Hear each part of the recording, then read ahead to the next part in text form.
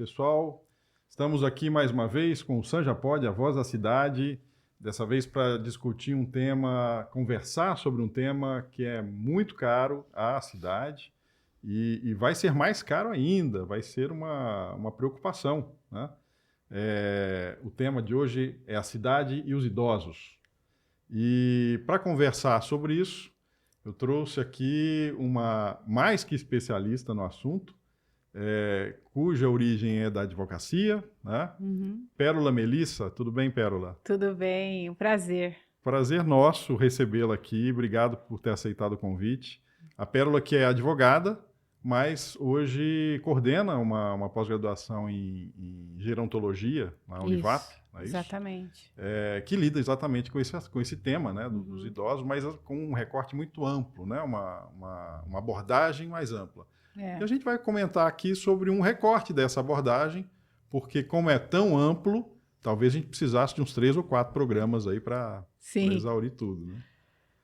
O envelhecimento é um universo, né? Mas existem aí recortes importantes nesse momento, né? Legal. Fala um pouco dessa tua caminhada de advogada até lidar com a questão de gerontologia, como é que é lidar com uma gestão de um programa, né? Eu sou advogada, né, já há 27 anos e quando eu fui fazer, eu era professora da FMU em São Paulo, que hoje é UniFMU, e fui fazer mestrado e queria falar sobre direito do idoso, mas na época não existia nem o Estatuto da Pessoa Idosa. Você era professora de direito? De direito civil. Sim. Né? E aí fui para a PUC, onde cursei direito civil, só que eu queria escrever sobre direito da pessoa idosa. E a minha orientadora, que é uma professora até hoje muito conhecida, né, uma das civilistas mais importantes do Brasil, que é Maria Helena Diniz, ela falou, olha, aqui existe um mestrado em gerontologia, eu nem sabia o que era. E eu sempre fui muito conectada ao direito da pessoa idosa e pensava muito sobre isso. E acabei cursando o mestrado em gerontologia na PUC de São Paulo para construir a minha tese no direito. Aí escolhi o direito civil comparado, comparei com alguns países e falei sobre o direito ao envelhecimento digno. E a partir daí publiquei meu primeiro livro e comecei sempre como professora de direito civil, sempre professora de graduação de direito civil. E quando eu me mudei para São José dos Campos e assumi a coordenação da Faculdade de Direito da Anhanguera de Jacareí, acabei conhecendo a especialização em gerontologia da Univap e comecei como professora lá, isso em 2007. E comecei como professora do curso, dando Direito do Idoso 1 e 2 e uma outra matéria que chama Família Contemporânea e Envelhecimento, que estuda o movimento das famílias, né, em relação ao que existe hoje e o papel do envelhecimento, o impacto do envelhecimento dentro dessas famílias. E fiquei por vários anos como professora e depois fui convidada a assumir a coordenação geral e pedagógica e estou já como coordenadora geral e pedagógica há alguns anos, há bastante tempo, na Univap e também leciono em São Paulo na especialização em gerontologia do Instituto de Pesquisa Albert Einstein e também do Hospital Sírio-Libanês. Nos dois como professora de direito para médicos e profissionais que querem se especializar no estudo multidisciplinar do envelhecimento, que é a gerontologia. Eu digo que a gerontologia é o gênero no qual uma das espécies é a geriatria. O estudo eu ia até pedir para você falar um pouco, esclarecer, inclusive, o que é a gerontologia. Isso, né? A gerontologia é o estudo multidisciplinar do envelhecimento, que ele analisa todos os impactos do envelhecimento sobre os aspectos biopsicossociais e jurídicos do envelhecimento. E aí nós temos vários estudos, um dos mais conhecidos é uma espécie que é a geriatria, que é a espécie médica, né, desse estudo, e dentro da gerontologia existe também a matéria de geriatria, né? Que vai estudar o envelhecimento sob o ponto de vista da saúde. Mas existe, por exemplo, a parte jurídica, né? Estudar os direitos da pessoa idosa. Existe essa parte antropológica e social que fala dos projetos sociais que envolvem as pessoas idosas, a sociologia do envelhecimento, a psicologia do envelhecimento, falar de luto, finitude, também estudar a posição do envelhecimento e o impacto nas famílias, que é essa outra matéria que eu leciono, né? Que é Família Contemporânea e Envelhecimento, que trata disso, porque hoje a gente tem outro desenho de família, ou vários desenhos de família, e às vezes a gente quer ainda ter aquela família antiga com inúmeros filhos para cuidar dos pais, e hoje isso não é uma realidade. É muito Sem diferente. Dúvida, sem dúvida. Aliás, deve haver um impacto do ponto de vista econômico, porque as famílias estão, de modo geral, empobrecendo. Né? Sim. Quer dizer, o trabalho sendo E precarizado, diminuindo e empobrecendo. Trabalho precarizado, renda menor, relativamente menor. E muitos idosos hoje, que não eram assim no passado, passam a cuidar dos netos. Exato. Né? Cuidar dos filhos também. Dos filhos e dos netos, né? Nós temos estudos que demonstram que muitos idosos, 1/4 dos idosos aposentados é chefe de família. Então, assim, é a renda daquele idoso aposentado, pensionista, que, na verdade, mantém a família inteira. Os filhos, os netos, que aí os filhos voltam para casa, trazem os netos, ou não moram, às vezes, no mesmo local, mas, de alguma forma, dependem financeiramente. Aí é uma relação também de codependência, porque depende financeiramente do dinheiro do idoso, mas, ao mesmo tempo, o idoso também precisa, às vezes, de uma assistência. Então, é uma relação de codependência que, às vezes, gera abuso, violência e tudo mais. Imagino. Pérola, conta pra gente um pouco da questão do Estatuto do Idoso. Quer dizer, o Brasil se preocupou com esse tema em algum momento, né? Imagino pós-Constituição de 88, e acho que parte disso era uma regulamentação da própria Constituição. E aí lançou-se o Estatuto do Idoso em 2003. Né? Como é que vem se desenvolvendo a regulamentação disso e qual o impacto disso na vida das pessoas hoje e nas cidades? A gente pode dizer o seguinte, que em 1985, a ONU tratou, né, de um plano internacional para a segurança econômica do envelhecimento. 85. Aí, em 88, a Constituição Federal veio já absorver algumas questões. Absorveu a importância do cuidado recíproco, né, que está no 230, que os filhos são cuidados e depois eles cuidam. Isso é o 230 da Constituição Federal.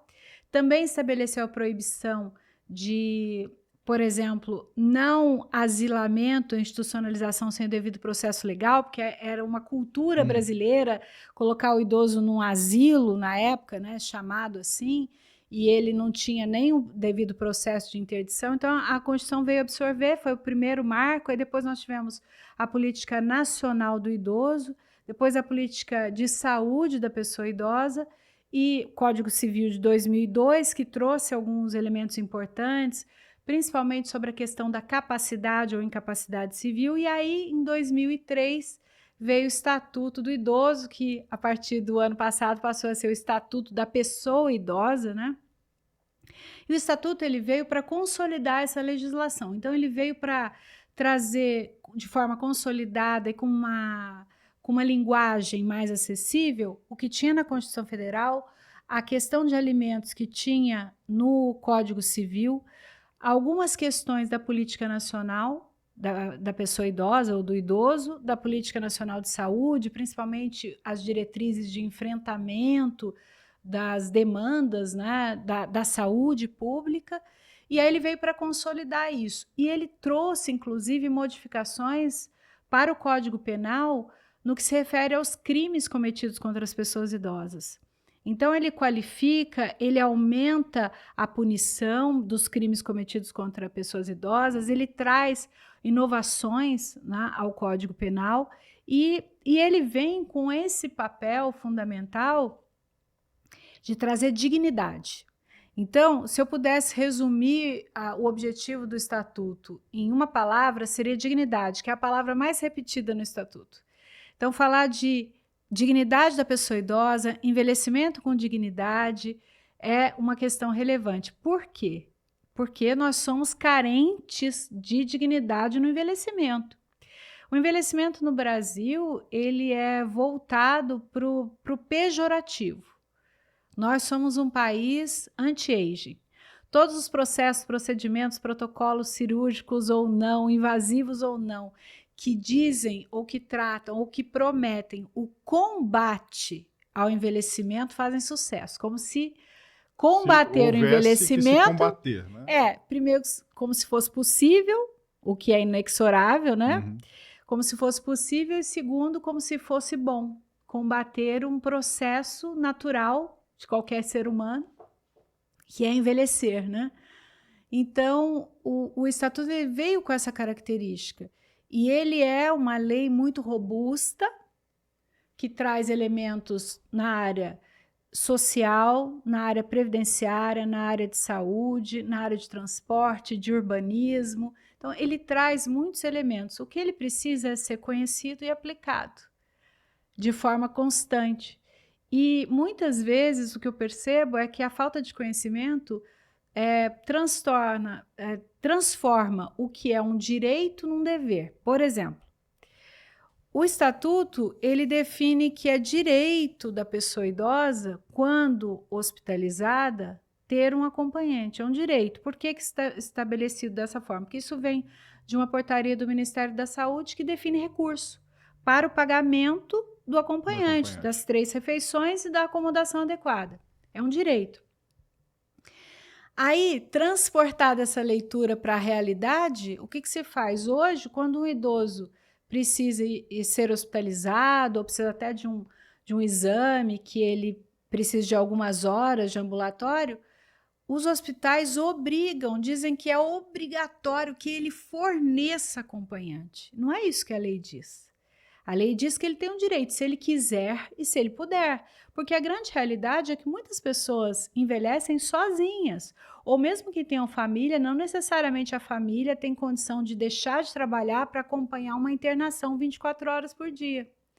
Então, o que eu noto é o seguinte, o Estatuto está aí, ele é forte, ele é uma lei maravilhosa, muito boa em termos de estrutura legislativa, mas é pouco conhecida. E por ser pouco conhecida, é manipulada no sentido de que acaba que quem recita o Estatuto acaba falando, não, está no Estatuto que você é obrigado a ter um acompanhante. Inverte a relação. E, na verdade, o que é para ser positivo vira um transtorno, né? E não é o que está dizendo na lei. Então, como é uma leitura muito agradável, porque ele tem uma linguagem muito acessível, clara, pouco técnica, eu acho que assim, a melhor coisa é todo mundo ler o Estatuto, né? Independente da idade. Não ser de cartilha. Não, melhor coisa é ler aos poucos, vai prestando atenção e olha, faz muita diferença no protagonismo da pessoa, viu? Imagino.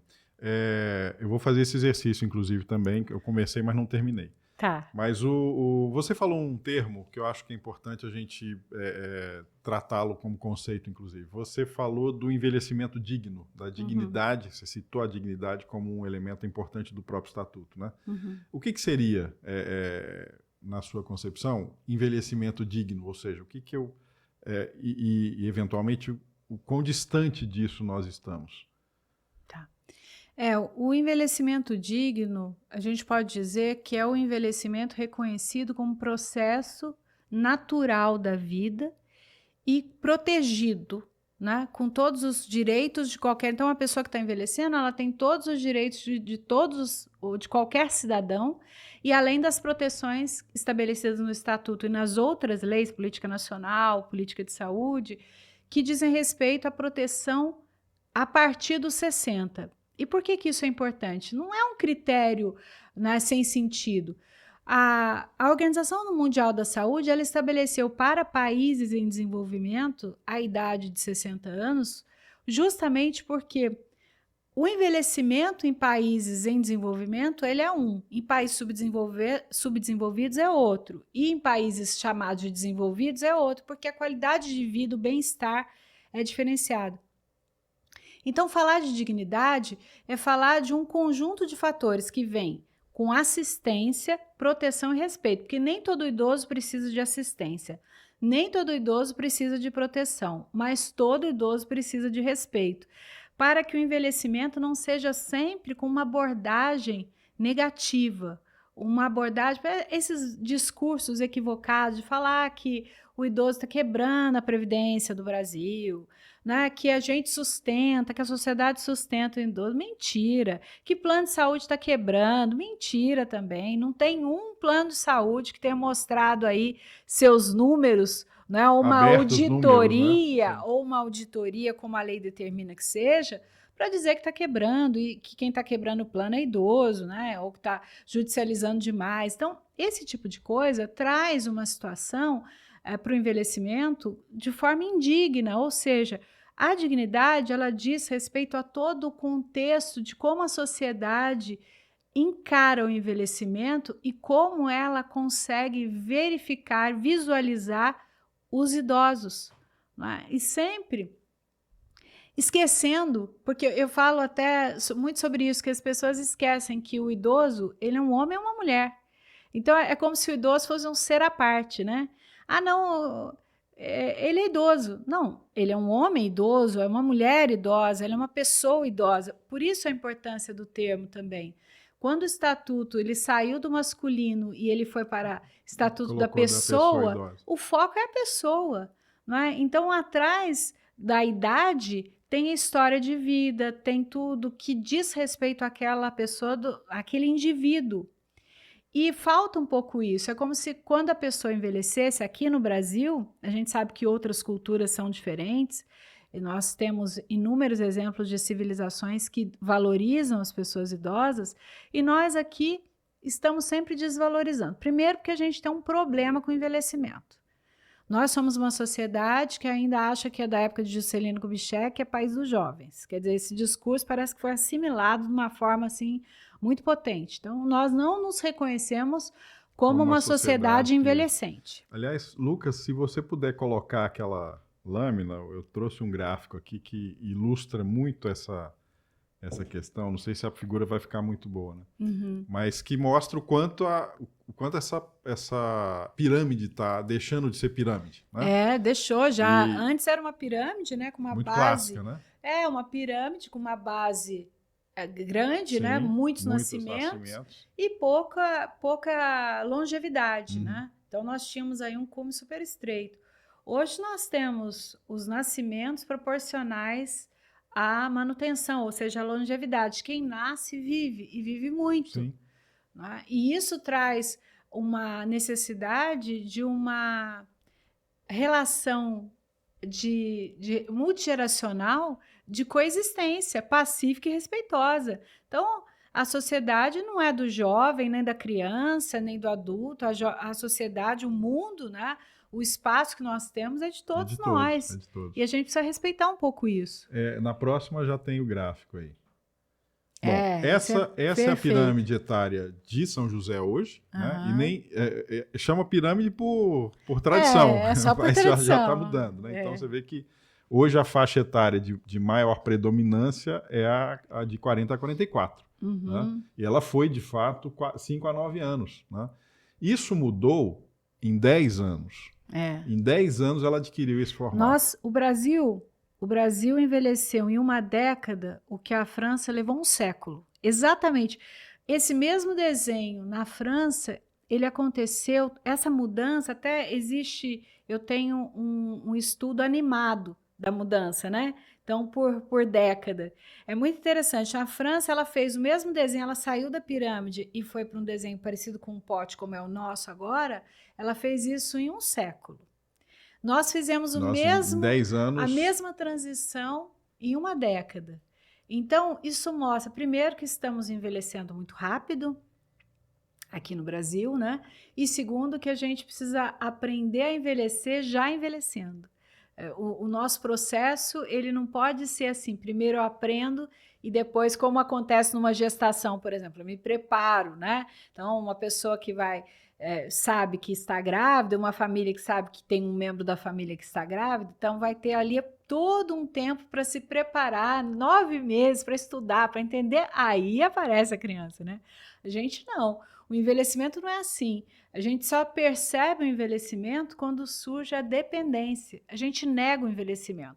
Vou te dar um exemplo. Alguém pergunta assim, como é que vai sua mãe? Aí a resposta como essa, tá ótima, tá com 90 anos, faz tudo sozinha, super independente, super lúcida.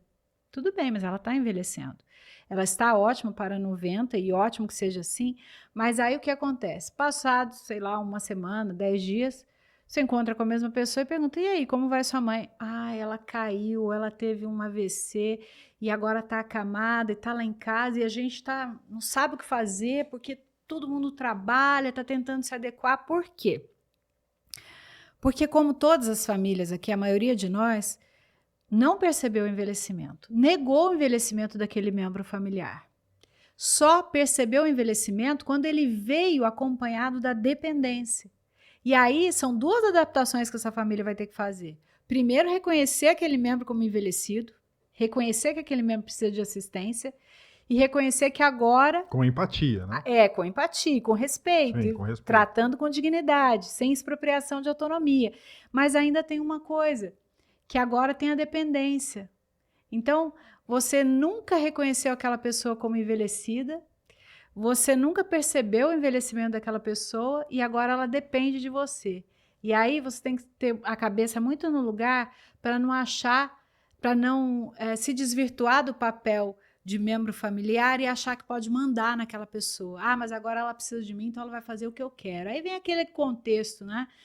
O idoso é teimoso, o idoso não faz o que a gente manda, é desobediente. Não, ele é uma pessoa adulta que naquele momento pode estar precisando de ajuda e mesmo que não tenha consciência ou que tenha uma degeneração cognitiva, ainda assim não saiu do papel de adulto, né?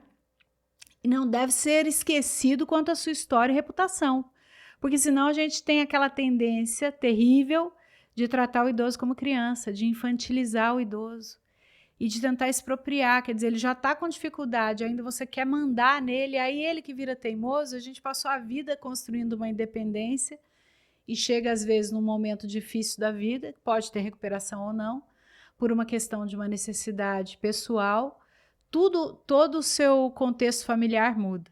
E é muito difícil, sim, realmente. Sim. Você falou de uma coisa que me chamou a atenção. É a gente passar a envelhecer, ou seja, o status do envelhecimento, estou falando do Brasil como nação, ou de uma cidade, e aprender, inclusive, esse processo ao longo dele, ou seja, vivenciando ele próprio. Né? A França, você teve um século para digerir esse processo, né? E a gente está acontecendo muito rápido. Aqui a gente troca pneu com o carro andando. Pois é. Mas aí entra uma outra...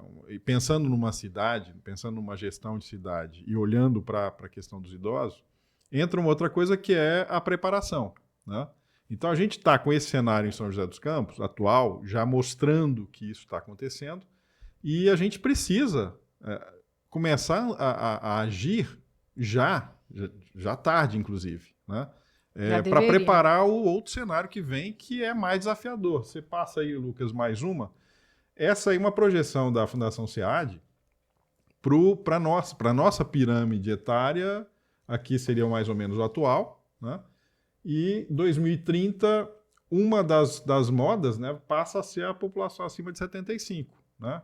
Já, que vai ser a média. No começo, nos anos 2000, 2010, ela era um pequenininho lá no topo. Então, né? a perspectiva, segundo o IBGE, é que 75 seja a média de idade, né, do brasileiro, assim, de expectativa de vida. Então, isso vai significar que ter 75 é uma coisa normal, ter 90 é normal e ter centenário operando do coração é mais normal ainda. Sim. E São José dos Campos não pode se colocar como desconhecedora de uma cidade desconhecedora dessas características de envelhecimento populacional. Por quê? Primeiro, porque São José dos Campos, já há muitos anos, desde as casas do idoso e antes disso, através da Univap, que fez várias pesquisas sobre isso dentro da pós-graduação em gerontologia, tem fornecido dados desse envelhecimento populacional, inclusive mapeando as regiões, né, que tem mais concentração de idosos ou não. E a cidade se organizou, que acabou há alguns anos, lamentavelmente. Aqui existiu por muito tempo o Fórum do Idoso, que era um local onde anualmente se revisava as políticas públicas com sugestões. E a sugestão da criação de hospital de retaguarda, de ampliação do número de vagas em instituições de longa permanência, isso está existindo aqui em São José dos Campos desde 2015. Então, não dá para alegar desconhecimento sobre isso. Mas, efetivamente, apesar de ser uma cidade que tem iniciativas para o envelhecimento, e aqui, né, 2030 é o final da década do envelhecimento saudável, né? Nós já estamos nessa década do envelhecimento saudável, segundo a Organização Mundial da Saúde. Então, iniciativas públicas que tragam saúde e bem-estar para a população que mais cresce no Brasil, que é a população dos 60 a mais, principalmente numa cidade que se coloca no papel de referência em todas as questões que dizem respeito, né? Nós temos aí certificações, exatamente. Né? Então, se nós estamos com certificação, a gente precisa voltar a agenda, o olhar para essa população. Ampliando o número de vagas em instituições de longa permanência, que não é castigo, é assistência, né? Porque a gente pensa, não, mas você quer aumentar asilo? Sim, porque tem população que precisa disso. Sim, claro. Tem idoso que não tem família, ou que a família não pode cuidar, ou que não precisa de cuidados de leigos, precisa de cuidados de enfermagem. Especializado. Né? Então, assim, a gente tem uma população, porque quando a gente fala que a sociedade envelheceu, uma sociedade que até a década de 50 morria aos 49, obviamente, alguns problemas que podem surgir com o aumento da idade não existiam para essa população. Falar em longevidade não é falar de doença, mas é reconhecer que a doença pode fazer parte dessa longevidade, né? Que é normal e que algumas doenças são características justamente da população idosa. E aí, quando a gente não olha para isso e fala assim, e o que tem acontecido é um movimento social muito perigoso, que é o familismo. O que é o familismo dentro do serviço social? É jogar para a família. A família cuida, mas a família cuida como? Então tá, a família vai cuidar? Ótimo, porque a gente deve procurar manter o vínculo. Mas então eu vou ensinar, poder público, vou ensinar a família a cuidar, eu vou ajudar a família a cuidar, vou assistir essa família, vou dar recurso para essa família cuidar. Sim. E vou dar suporte. O que acaba muitas vezes acontecendo é você, por exemplo, responsabilizar alguém da família que passa a ser uma espécie de tutor, né? E às vezes sem possibilidade, inclusive deixando até, se escolhe, né, deixa de trabalhar, deixa de fazer suas próprias atividades para se direcionar para isso. E ela poderia ser assistida também. Ela precisa, porque senão essa pessoa vai ficar, esse cuidador familiar vai ficar sobrecarregado, ele vai ficar completamente se sentindo, porque assim, ele perde a noção do que é se priorizar, de cuidar da própria saúde. Existem muitos estudos sérios que demonstram, por exemplo, a morte de cuidadores, que o cuidador morre mais cedo. Às vezes é o filho que morre antes do pai, por quê? A exaustão do cuidado leigo, né, sem preparo nenhum. E a política pública, ela tem que vir para isso.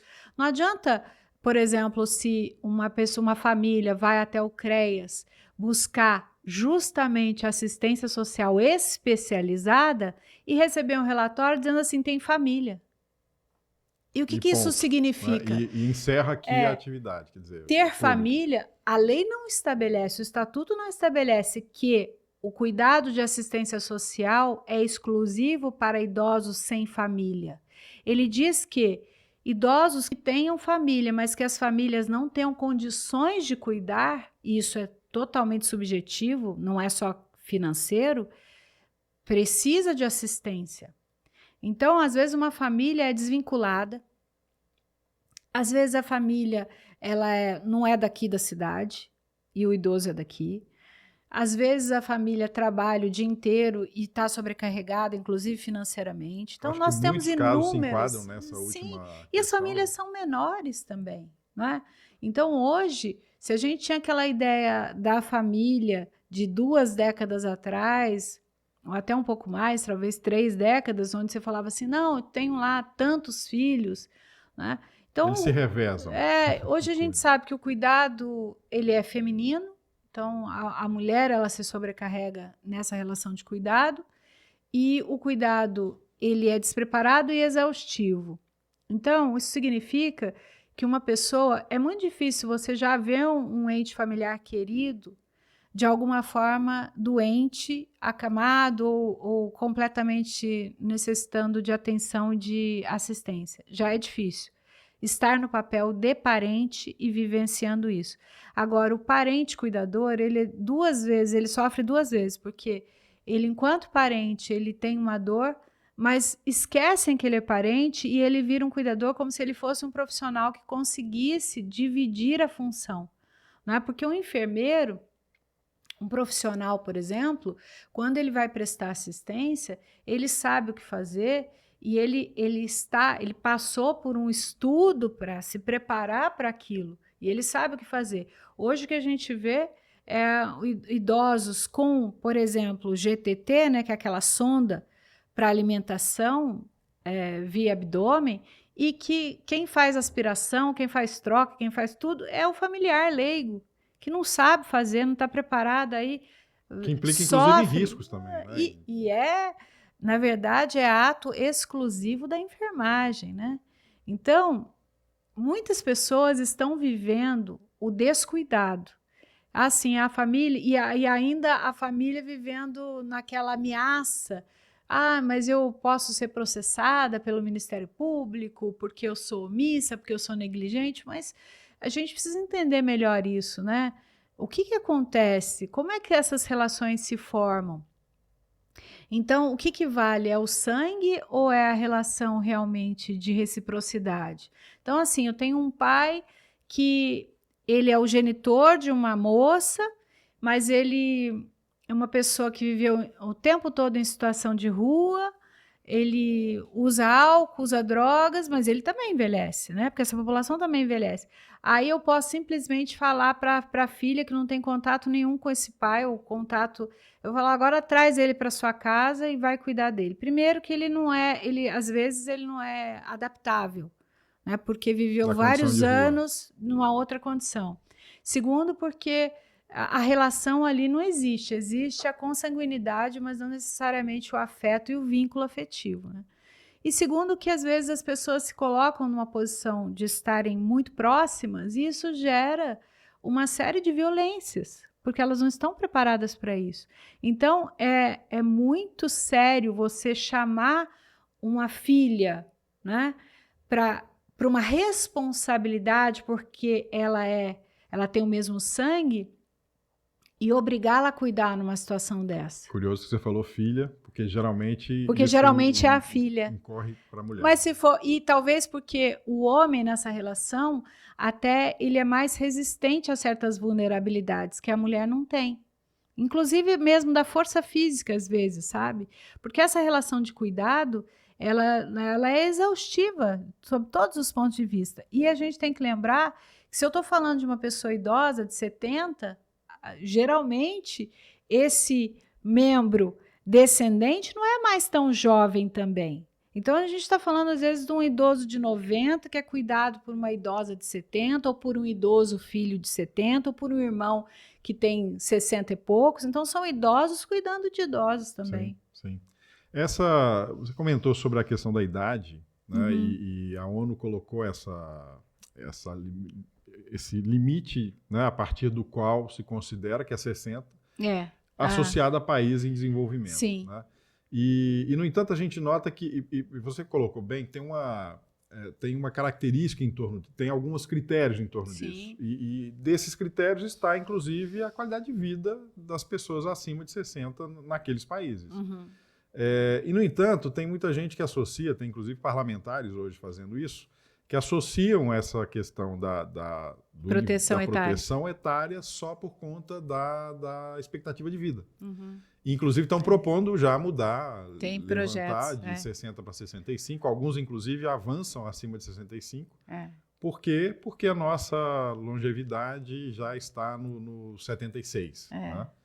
Então, descaracterizando todos os demais critérios de bem assim, viver. né? Então, critério completamente inadequado, né? Critério político, puramente político e atuarial no sentido ruim, né? No sentido, não existe a Organização Mundial da Saúde, a ONU também já estabelece que a idade de 60 anos é uma idade de proteção coerente com um país do tamanho do Brasil e totalmente heterogêneo em termos de regiões, como é o Brasil. Você aumentar, a gente já teve critério de aumento de, por exemplo, aposentadoria, né? Que foi devastador para a população idosa. Agora, você mudar a proteção da lei também é desumano, né? E totalmente irregular do ponto de vista do entendimento político. Se quem está propondo isso tivesse pelo menos uma tentativa de um estudo mais técnico sobre isso, não faria uma proposta absurda dessa. Mas é uma proposta populista, né? Interessante dentro daquele discurso que fala que o idoso vai quebrar o Brasil, vai quebrar o SUS, vai quebrar o plano de saúde, né? Quando que a gente sabe que o idoso sustenta o Brasil em muitos casos. Sim. E pensando numa cidade, quer dizer, uma cidade que preza o bem viver, então deveria considerar tudo isso que você tem colocado, que você colocou aqui ao longo desses minutos aí. Minutos de sabedoria, uma série de considerações que eu acho que são importantíssimas, né? Que caracterizam esse ambiente, caracterizam esse cuidado e dizem, inclusive, por quê, né? Por que a gente tem que ter esse cuidado e quais são esses elementos importantes para se considerar nessa tratativa, né? E tudo isso, quer dizer, pensando num município que, se você colocou, se diz, né, se coloca como referência, né, em diversas áreas, e a gente nota que há carências dessa abordagem, mostra o quanto nós estamos longe, inclusive de, olhando para um gráfico como esse, vislumbrar, por exemplo, 2030, 40, 50, em que você já tem uma ultrapassagem, quer dizer, a população acima de 75 passa a ser o principal modal aqui nessa relação. Né? Então, há muito o que se avançar. Porque eu vejo que a população idosa lúcida e independente em São José dos Campos tem espaço. Pode melhorar em política pública, mas tem espaço, né? Você está dizendo até daqui, por exemplo, eu vejo casas do idoso, né? Muitas atividades, você tem uma série de... E quando você vai a uma casa do idoso, tem, de fato, muitas pessoas em atividade e tudo mais. Então, você olha, puxa, para um olhar superficial, parece assim, nossa, a cidade cuida dos idosos, né? Mas aí você tem uma série de outras questões. Por exemplo, isso é atividade para quem tem mobilidade. Exato, né? Para quem é independente, para quem tem mobilidade, quem é lúcido. Né? Aí você tem também os centros-dias para os idosos que têm já alguma incapacidade funcional, que eles funcionam já são uma proteção especializada, mas funcionam, então a gente tem ali 2 recursos, né? Proteção básica e proteção especial dentro do mesmo espaço físico, mas são projetos diferentes. Tá, aí você tem também, e eu noto a necessidade de ampliação observando as regiões. Não adianta um discurso equivocado de, não, eu vou aumentar, mas por que você está aumentando nessa região? Qual é o critério? Onde está a população idosa? A população idosa está nessa região ou porque ali é mais visível esse projeto? Onde está a população idosa? E eu tenho uma população em São José dos Campos rural muito significativa. Né? Nós temos que verificar essa população e as necessidades dessa população. A rede está chegando nessa pessoa ou essa pessoa tem que atravessar a cidade, sair da zona rural e para chegar até a rede de atendimento? Como é que está isso? E outra coisa, existe uma população que não tem voz, que é essa população demenciada, acamada, não é? Essa população não reclama, essa população não participa dos eventos públicos, ou seja, ela não é visível. Então, essa população ela precisa ainda mais do nosso cuidado, ainda mais da nossa atenção. Aí sim a nossa responsabilidade enquanto sociedade, porque é uma população que não fala por si. Nós são pessoas que não têm condição mais de manifestar suas necessidades, de exigir as suas demandas. Então, a nossa sociedade tem esse papel, essa responsabilidade com esse outro indivíduo que já não tem condição de se manifestar. E aí nós precisamos pensar quanto que aumentou em termos de vaga da instituição de longa permanência em São José dos Campos na última década? Quanto que aumentou? Quanto que significa o número metas, de vagas, né, em relação à população? Não é? Como é que está isso? Porque não adianta congelar esse número de vagas. A população cresceu, a demanda aumentou. E não adianta também subdimensionar esses relatórios para esconder que isso está aumentando. A gente precisa trazer visibilidade para isso. É muito importante. Muito importante. Talvez seja a parcela que mais precisa da nossa atenção.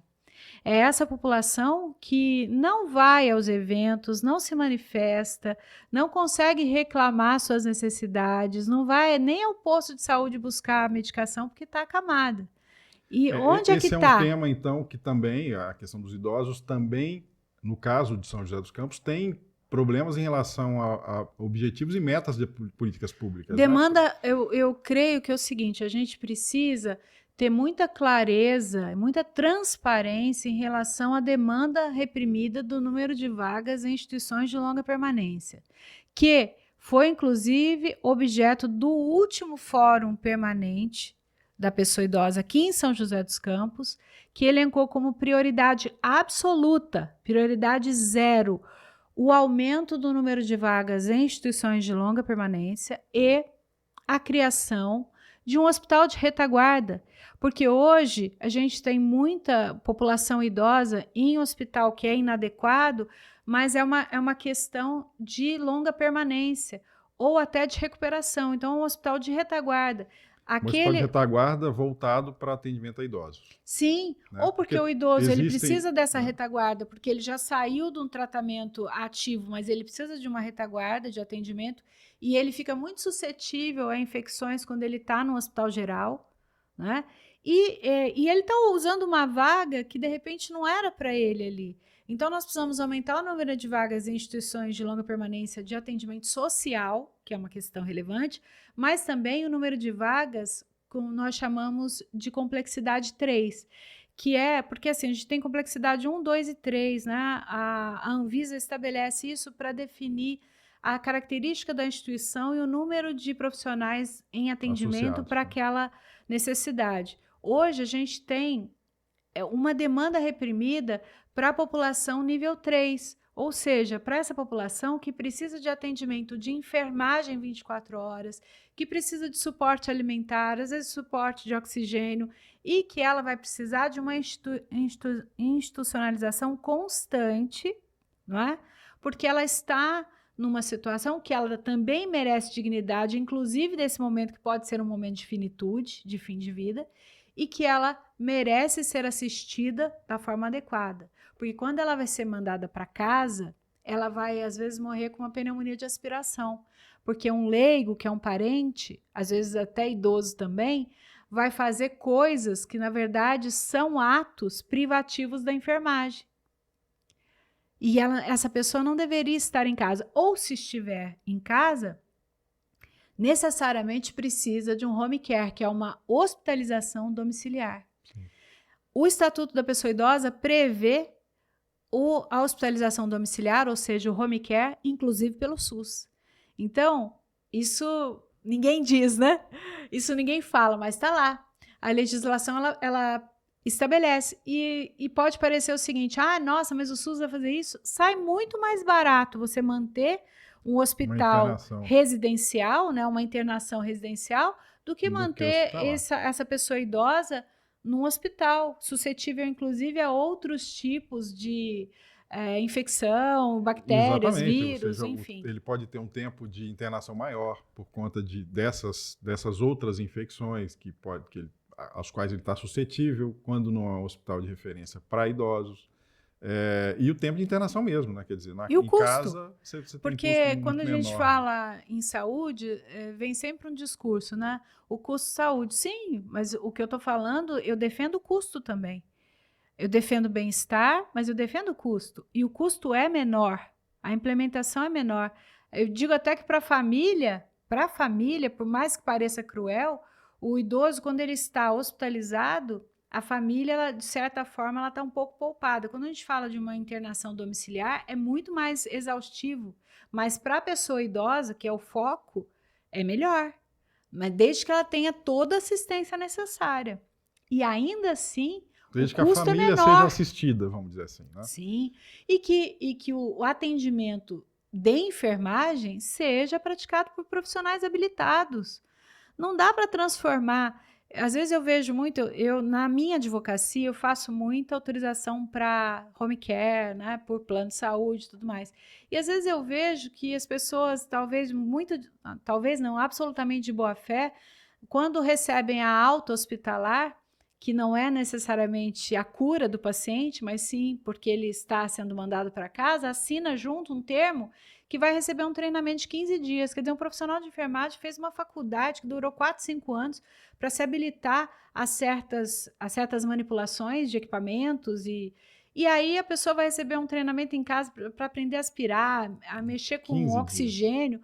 E uma pessoa idosa, leiga, às vezes sem instrução nenhuma e sobrecarregada com a afetividade comprometida por ter um membro familiar adoecido e ainda com a responsabilidade de assumir o papel de enfermeira, de enfermeiro ali, né? Ou de cuidador, que também precisa, a gente já tem tratado da regulamentação dessa profissão. Uhum. E aí a pessoa lá recebe um profissional que vai 2 vezes na casa, olha, fala, você vai aspirar desse jeito. Isso é mandar a pessoa para a morte, porque ela não vai sobreviver, né? E ela vai morrer de forma indigna, porque ela vai morrer sem assistência, ela vai morrer, às vezes, de uma infecção, porque ela não foi atendida como ela deveria. Ela não deveria estar ali, não daquela forma. Se ela estivesse em casa e sim recebendo toda a assistência de profissionais qualificados, com equipamentos adequados, com cama hospitalar, com todo o material adequado, com insumos, né? Porque a gente tem que pensar em insumos também. Então, vai manipular uma pessoa que está adoentada, está com equipamento, uma órtese, por exemplo, né? Uma sonda alimentar, eu preciso ter luva, eu preciso ter máscara, eu preciso estar com o ambiente o mais estéril possível dentro de uma residência. E a gente sabe que não tem nada disso. Às vezes você tem isso precarizado até mesmo nas unidades de saúde, pois é. Quanto mais no meio, né, doméstico, vamos dizer assim, sem um aporte, né, eficiente de home care pelo poder público. Sim. E assim por diante. Pérola, muito interessante tudo que a gente está conversando. Mas deixa eu trazer o tema um pouquinho para a minha área e te provocar um pouco sobre as questões de mudanças climáticas, né? Então a gente tem aí vários impactos de mudanças do clima sobre as cidades. Parte deles diz respeito ao aumento de temperatura, né, o aumento de temperatura e às vezes longos tempos de exposição a temperaturas muito altas, com baixa umidade, muitas vezes, em algumas situações, ou alta umidade também, que tem outro fator que... E a questão de segurança hídrica dentro desse contexto, e a própria vulnerabilidade à exposição a deslizamentos, inundações e tudo mais. E geralmente a população idosa acaba sendo mais suscetível e mais vulnerável nesse contexto. Uhum. Então, como é que um município precisa lidar com essas questões e como é que você acha que a gente tem tratado isso? Ou não tratado? A Organização Mundial de Saúde, em 2022, lançou o 3º relatório tratando da conexão das agendas, né? Então, tratando de envelhecimento dentro da década que vai até 2030, que é o envelhecimento saudável, né? Que nós estamos nessa década, e fazendo uma conexão com a agenda da questão ambiental. E o que se percebe, dos elementos mais importantes desse relatório de 2022 é justamente que demonstra que as mudanças climáticas e o envelhecimento estão acontecendo de forma muito rápida em conjunto, ou seja, a população está envelhecendo muito rápido e nós estamos com vários problemas ambientais e problemas que envolvem o clima. E essa relação, ela é substancial, apesar de a gente muitas vezes não conectar as duas esferas, né? Existe uma relação direta. Por quê? A população idosa, ela é uma população muito vulnerável aos extremos. Então, frio, calor, isso traz um desconforto para qualquer pessoa, mas ainda maior para a população idosa, que fica muito vulnerável a essas oscilações climáticas. Além disso, a gente tem que pensar que a população idosa, ela tem sido negligenciada, não só do ponto de vista da política pública, mas no socorro quando acontece algum evento, algum chamado de desastre imprevisível, que a gente sabe que não é assim, não é? Mas o que a gente pode trazer como exemplo é o que aconteceu agora recentemente no Rio Grande do Sul, não é?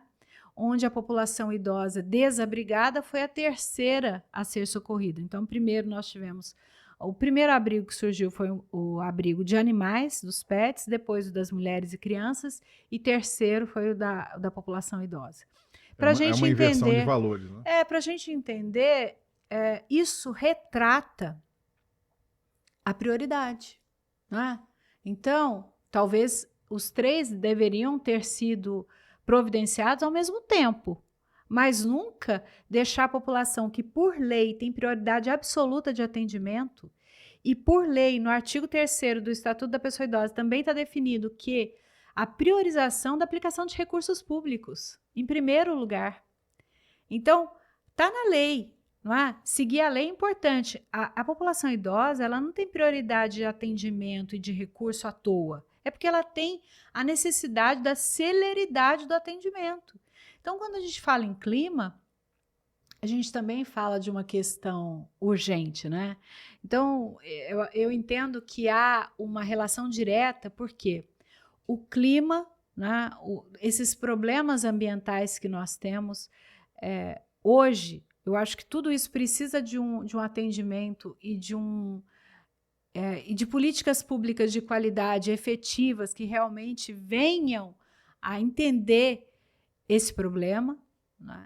E trazer, de alguma forma, respostas e providências específicas para tentar evitar o que está acontecendo hoje. E a mesma coisa com a população idosa, que precisa desse atendimento emergencial, que precisa desse olhar diferenciado e que se sente ainda muito prejudicada em relação às mudanças climáticas. E eu não vou falar só de clima especificamente.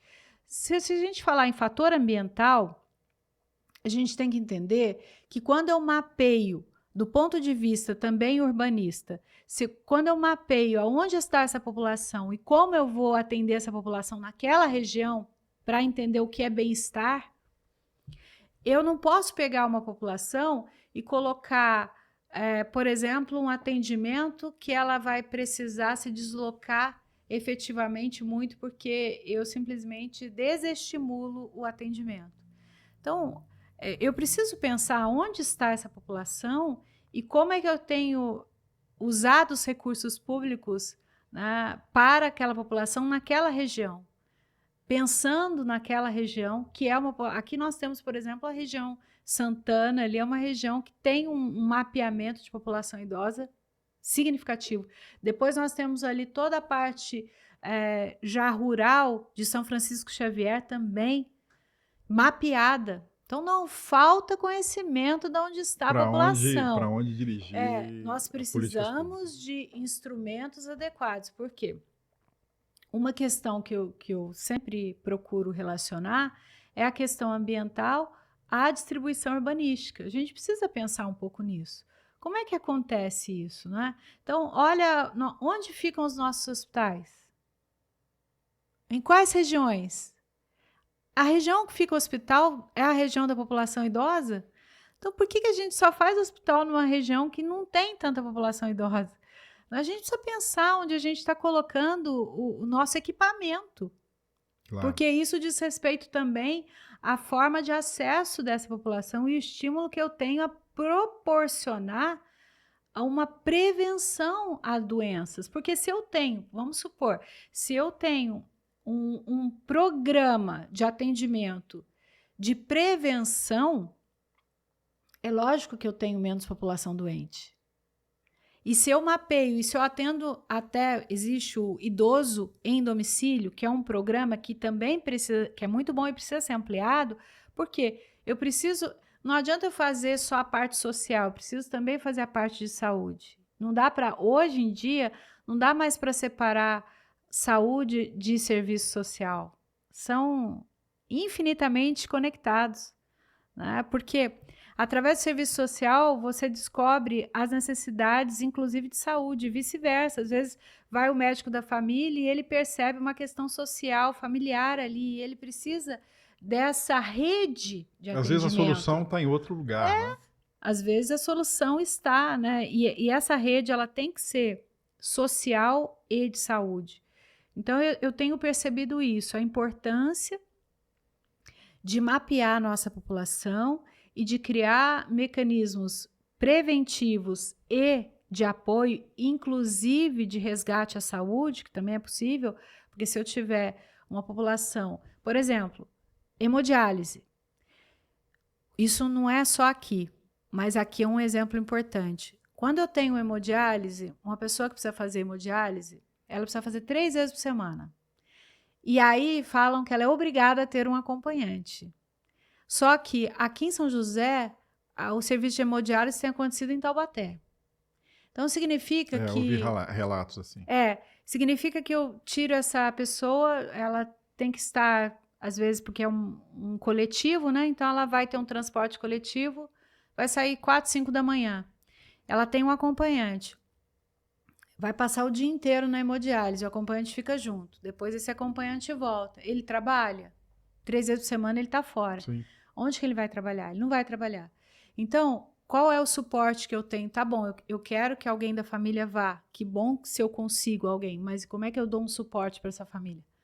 Será que não seria importante a gente pensar por que às vezes os hospitais eles ficam sobrecarregados de paciente? Porque estou esperando, porque o paciente se nega a ir para Taubaté.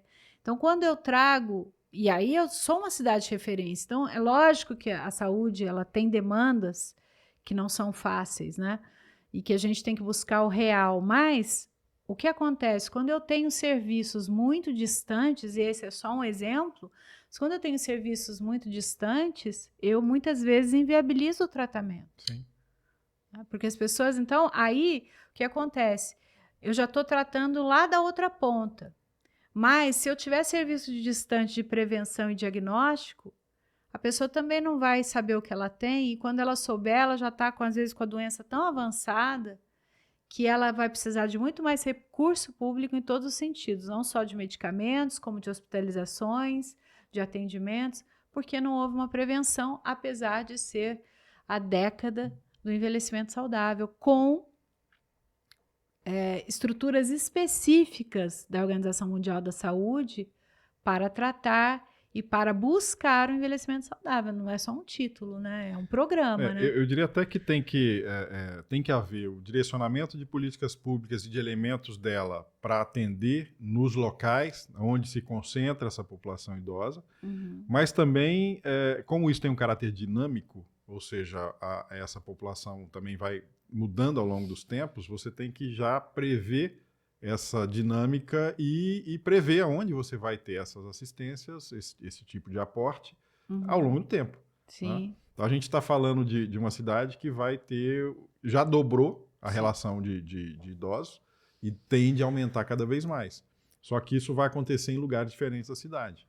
E eu preciso ter uma multiplicar. visão estratégica para olhar para onde essa dinâmica vai e já lançar os elementos de políticas públicas para lidar com isso antes. Sim. Né? E projetar mesmo. Acho que pensar em recurso em médio prazo também, porque eu não posso centralizar esse tipo de atendimento, né? Eu preciso multiplicar as opções de rede justamente porque eu vou ter uma descentralização dessa população também no futuro, né? Então, nós sabemos de bairros tradicionalmente com população idosa, mas isso não significa que a população idosa não vai aumentar na cidade toda, né? Sim. Em todo o território. E que outros bairros que hoje nem tem tanto, né, terão daqui 10 anos. E mesmo né? que não tenha tanto, né? Ainda que o percentual seja menor, vai ter representação ali. Porque a gente está falando que 1/4 da população mundial, 1/4, 25%, vai ser idosa, né? Se 1/4 dessa população vai ser idosa, então eu vou Ela ter tá em todo população em todo Em lugar. todo lugar. E o atendimento ele tem que ser em todo lugar também, né? Sim. E ele tem que ser muito dinâmico, porque a lei não prevê a prioridade de atendimento à toa. Ela prevê porque é uma população que não pode esperar. É isso aí. Eu queria ter um minutinho ainda para te fazer uma última pergunta e tentando trazer isso para o chão, né? Para São José dos Campos. Né? O que um plano de governo, a gente está falando aí de um ano eleitoral, né? Deveria considerar sobre o tema e quais são as principais prioridades para um plano municipal? Quais seriam as principais prioridades? Você já falou algumas, você já deu uns spoilers aí. Para curto e longo prazo. Ou seja, o que é imediato e precisa urgentemente ser tratado, né, precisa lidar, e mais de planejamento para um tempo vindouro para o que vem por aí. Eu vejo que assim, a importância do CREAS, né, do Centro de Referência Especializado da Assistência Social, é enorme, mas esse atendimento ele precisa ser ampliado no que se refere à pessoa idosa. Então, já existe o mecanismo, mas ele precisa ser ampliado. É muito importante porque eu tenho percebido algumas posturas modificadas no CREAS que eu acho que precisa ter um resgate do entendimento do que é proteção, do que é população vulnerável, combatendo o familismo, que é isso de jogar a responsabilidade para a família e o Estado fica ali no papel coadjuvante, né? O poder público, ele, em todas as suas esferas, mas especificamente no que se refere ao município, a gente precisa lembrar de como é que está dividido o plano de saúde, né? Então, assim, a saúde, ela foi municipalizada. Então, a responsabilidade direta é do município. Então, trazer essa ampliação, aí já falei do Hospital de Retaguarda, acho importantíssimo, necessário, assim, prioridade 0, o aumento de vagas nas instituições de longa permanência pública, o aumento de vagas nos centros de referência, que são o centro-dia, né, que é a população ela fica ali durante o dia, as pessoas que precisam de atendimento, depois à noite elas voltam para suas famílias, é um projeto, eu sou autora do projeto do Centro-Dia Sul, que foi o primeiro daqui, então eu fiz a parte jurídica, né, a parte do projeto em si. Eu entendo que é preciso ampliar isso. Reconheço que São José dos Campos tem atendido bem a população lúcida, capaz, né? Ou seja, então tem muita atividade para essa população. Então essa é a parte visível, eu me volto muito para a população que tem algum tipo de deficiência, que tem algum tipo de necessidade, que eu entendo que precisa desse olhar mais inclusivo. Então, aumento nos centros dia, aumento importantíssimo e significativo, porque há anos que eu tenho um congelamento desse número de vagas das instituições de longa permanência pública, né? O Hospital de Retaguarda, com certeza, e a ampliação do programa de idoso em domicílio ou no domicílio, que é um projeto importantíssimo e que precisa ser ampliado quanto ao seu formato de atendimento. Entendo que isso é importante também. E também entendo que trazer o Conselho Municipal de Direitos da Pessoa Idosa, que é um conselho que, do ponto de vista legal, é importantíssimo e que, na prática, precisa realmente atuar, precisa representar, precisa ser realmente a representação da sociedade civil e do poder público de forma paritária, né, para atender, para, primeiro, registrar as demandas e fazer os encaminhamentos devidos. Né?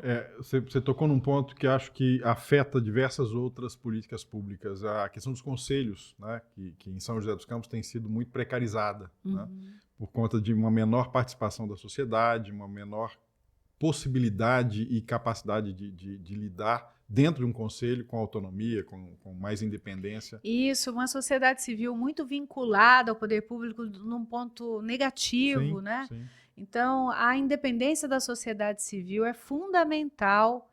O que aconteceu aqui na última eleição do Conselho de Direitos da Pessoa Idosa, assim, chegava ônibus com gente para votar, assim, que não tinha nem a ver, eram servidores ou profissionais nomeados em cargos comissionados, enfim, sabe? Então, isso precisa acabar. A sociedade ela precisa estar efetivamente representada, porque ela vai identificar as demandas e aí usar o recurso do fundo do idoso que existe e que precisa ser usado, direcionar. Que realmente é demandado. Captar, né? Fazer campanha de captação, mas depois mostrar o resultado, né? Onde que está sendo usado, né? Claro, o dinheiro. Claro. Lucas, tem uma última lâmina aí, eu queria que você colocasse, porque aqui é uma... Eu sei que você gosta desse termo das Blue Zones, você sabe né, as cidades, né, os locais onde a população ultrapassa 100 anos, mas vivem bem, vivem mais e vivem melhor. Né? E aí tem alguns itens princípios, basicamente, e que são, em tese, seguidos, né, ou encontrados nessas Blue Zones, nessas zonas azuis aí. E são alguns pontos no globo. Você tem isso em algumas comunidades na Itália, no Japão, né, aqui na América Latina, enfim. E aí eu separei, e aqui é uma provocação, queria ver se você concorda com isso, que tem priorizar alívio do estresse, comer com moderação, né, uma dieta baseada em vegetais, beber álcool com moderação, né, o ideal até não beber, mas beber com moderação. E aí depois vem uma série de outros, que exercício físico no dia a dia, ter um senso, um propósito de vida, conectar-se com a comunidade, valorizar a vida familiar, e aqui não é necessariamente consanguínea, é a família, né, a proximidade independente da consanguinidade, e escolher círculos sociais saudáveis. E eu acho que esses últimos 5 itens, eles estão muito dentro de um escopo de ação do município, das cidades. As cidades poderiam se organizar para ter esse tipo de resposta. Você concorda? Concordo plenamente. E especificamente, eu acho que a vida familiar é uma questão relevante quando se trata de bem-estar social, não é só da pessoa idosa, social. Então, o resgate aos vínculos familiares é muito importante. Hoje, as famílias estão desvinculadas, né, estão rompidas. E a gente pensa que isso não pode ser política pública, mas isso pode ser política pública. Sim. E política pública de qualidade, onde as pessoas sejam, através de um trabalho muito sério, né, que envolve profissionais multidisciplinares, inclusive da psicologia e tudo mais, mas uma proximidade dessas relações ao longo da vida, né? Trabalhar com isso, com esses vínculos, com esses núcleos, com os lugares das pessoas dentro daquela estrutura familiar, que pode ser consanguínea ou não, isso Sim. não é o relevante. Isso tem reflexos, inclusive, por exemplo, na definição de plano diretor, de zoneamento, ou seja, de como você expande, né, a cidade, e tem relacionamento com mobilidade. Né? Então, quando você tem uma mobilidade inclusiva, sustentável, né, você aproxima, né, famílias. Né? Então, num desses episódios que falavam dos Blue Zones, isso acho que foi na Coreia, uma comunidade na Coreia, que eles perceberam que os filhos estavam morando cada vez mais longe dos pais. E isso era um dos elementos da desvinculação familiar. Né? Muito trabalho, um trabalho cada vez mais massivo, né, e as famílias não tinham como encontrar os pais. E passavam meses, às vezes, sem... E aí, uma política pública foi direcionada do ponto de vista da mobilidade, né? De fazer com que essas conexões fossem mais rápidas. Exatamente. Né? E isso trouxe um resultado importante. Então, eu diria que esse bem viver, ele poderia estar no cerne da política pública, ele poderia estar no plano de fundo das políticas municipais e direcionadas para essa questão, e consequentemente, uma parcela, que é essa parte dos idosos, se beneficiaria dessas políticas públicas que às vezes estão em outros eixos. Você tá E que a considerando... gente nem está falando de recursos absurdos, né? Porque a gente fala de política pública, fala, mas da onde o Estado vai tirar dinheiro? Sim. Não, a política pública ela passa muito mais, é lógico que o recurso é importante, mas a política pública eu entendo que ela passa muito mais pela escolha dos profissionais, porque quando a gente tem que falar de poder público, a gente tem que falar que o poder público ele deve se cercar de profissionais qualificados, técnicos. A gente precisa parar de vincular as assessorias, não é? Que tem nome de técnica com gente que não tem conhecimento daquele assunto e que representa, às vezes, uma pasta. Então, existem soluções muito criativas, inclusive usando o que já existe de recurso para vincular pessoas, famílias, conectar. A questão do bem-estar, antigamente se tinha no Brasil a ideia de que bem-estar era luxo, né? Então, quando se falava em bem-estar, hoje, esse é um conceito internacional que nós herdamos de países que souberam envelhecer e que perceberam que o bem-estar é fundamental para o envelhecimento saudável. Então, conexões, círculos de amizade, famílias menos abusivas, que vivem melhor entre si, que se respeitam cada um no seu espaço. Essas questões que envolvem a comunidade, né? Você está reconhecido dentro do seu meio, seja no meio familiar, seja no meio social, seja no comunitário, tendo um papel relevante, ainda que seu papel seja enquanto indivíduo, mas você é um indivíduo relevante. Então, isso tudo é muito importante para tratar de dignidade e para tratar de envelhecimento, porque ninguém quer envelhecer, ninguém fala assim, eu quero envelhecer ainda que eu seja indigno. Ninguém fala isso. Claro. As pessoas querem viver bem e a gente tira um pouco a ideia de sobreviver, né? E passa a ideia de viver mais. São coisas bem diferentes. Sobreviver é a todo custo, viver mais é com qualidade.